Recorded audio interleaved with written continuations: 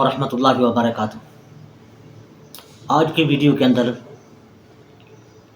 ہم پڑھیں گے، سنیں گے، سوچیں گے، سمجھیں گے کہ سب سے بہترین خوشبو کون سی ہے۔ کائنات کے اندر بہترین خوشبو کون سی ہے۔ میں آپ کا بھائی احمد نواز آپ کی خدمت میں اسلامی ویڈیو پیش کرتا رہتا ہوں۔ تمام سننے والے بہن بھائیوں سے گزارش ہے کہ چینل کو لازمی سبسکرائب بھی کریں، صدقہ جاریہ سمجھ کر دوسروں تک ضرور شیئر کریں، لائک بھی کیا کریں اس کو، اور پیارے پیارے کمنٹ بھی لکھ کر بتا دیا کریں کہ آپ کون سے شہر سے، کون سے محلے سے، کون سی وارڈ سے، کون سے گاؤں سے، کون سے خوبصورت ملک سے آپ اس ویڈیو کو دیکھ رہے ہیں، یا اس ویڈیو کو سن رہے ہیں، یا اس ویڈیو کے اندر آپ کو کون سے الفاظ اچھے لگے۔ نیکسٹ جو ہے انشاءاللہ وہ آپ کے بتائے ہوئے الفاظوں کے طریقے پر نیکسٹ ویڈیو بنائی جائے گی، تاکہ جو آپ کو پسند آئے، جیسا کہ آپ کے تعاون سے اس چینل کو دوسرے لوگ بھی بہت پسند کرتے ہیں، اسی طریقے سے آپ کے بتائی ہوئے الفاظوں کی بنائی ہوئی ویڈیو کو بھی دوسرے لوگ ضرور پسند کریں گے۔ تو آئیے سنتے ہیں کہ کائنات کی بہترین خوشبو۔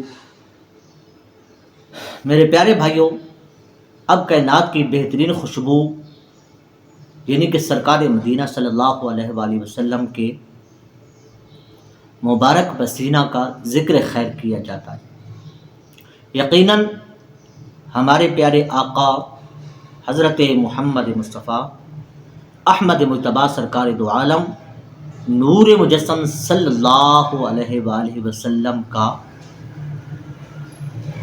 جسم اطہر ہر وقت معطر مطہر رہا کرتا تھا، کہ میرے آقا صلی اللہ علیہ وآلہ وسلم کے جسم مبارک سے ہر وقت خوشبوئیں ہی خوشبوئیں، میٹھی میٹھی خوشبوئیں، پیاری پیاری خوشبوئیں، مہکتی ہوئی دلکش خوشبوئیں مبارک جسم مبارک سے آتی تھی،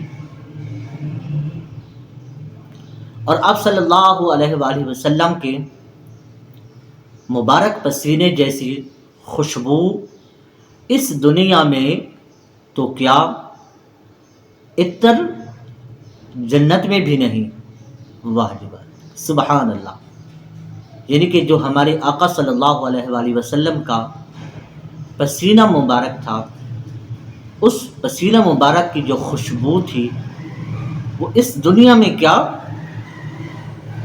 ایسی خوشبو جنت میں بھی نہیں ملے گی۔ عطر جنت میں بھی ایسی خوشبو نہیں جیسی خوشبو نبی کے پسینے میں ہے۔ شعر کیا لکھتا ہے؟ عطر جنت میں بھی ایسی خوشبو نہیں جیسی خوشبو میرے اور آپ کے نبی کریم صلی اللہ علیہ وآلہ وسلم کے پسینے میں۔ مدینے کے دیوانوں، آؤ مدینے والے، سونے منموڑے محبوب صلی اللہ علیہ وآلہ وسلم کے مہکے مہکے پسینے کی باتیں کرتے ہیں، اور لطف تو تب ہے کہ حسین تصور میں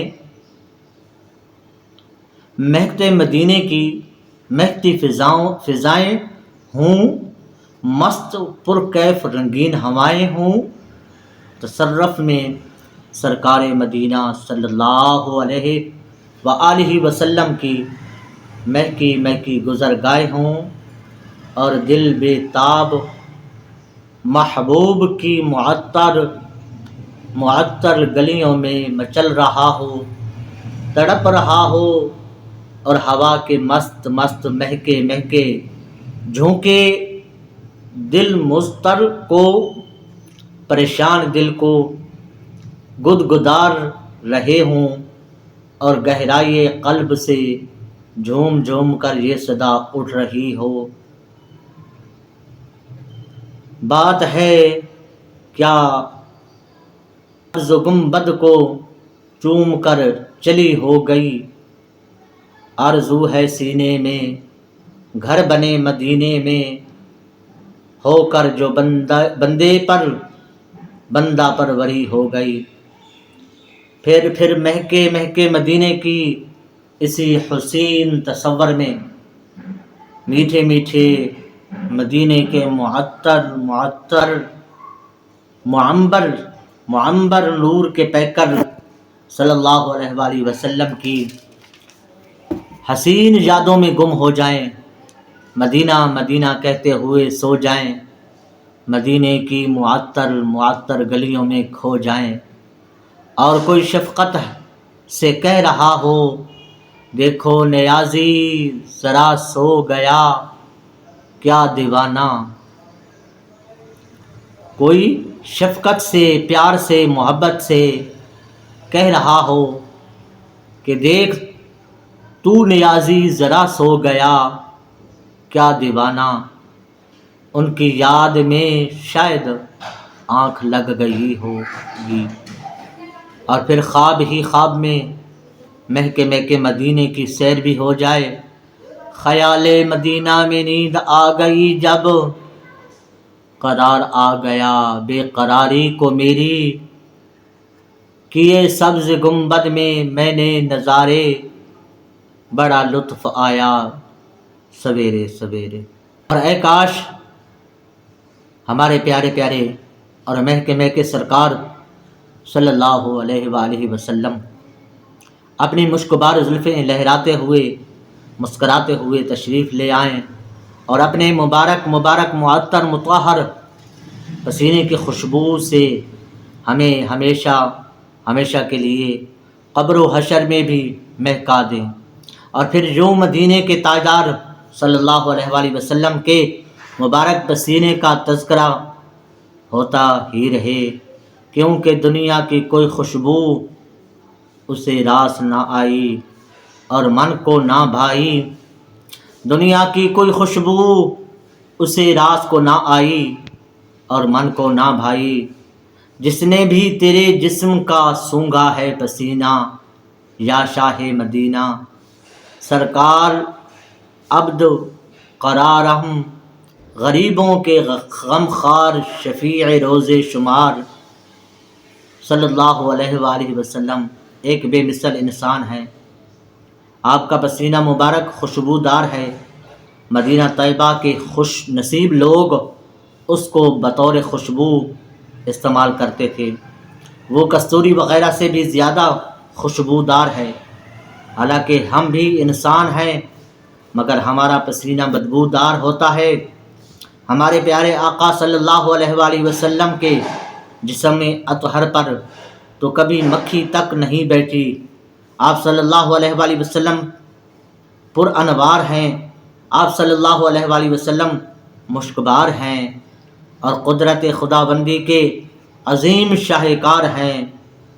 اس لیے تو کس شاعر نے کیا خوب فرمایا کہ بعد از خدا بزرگ تو ہی قصہ مختصر۔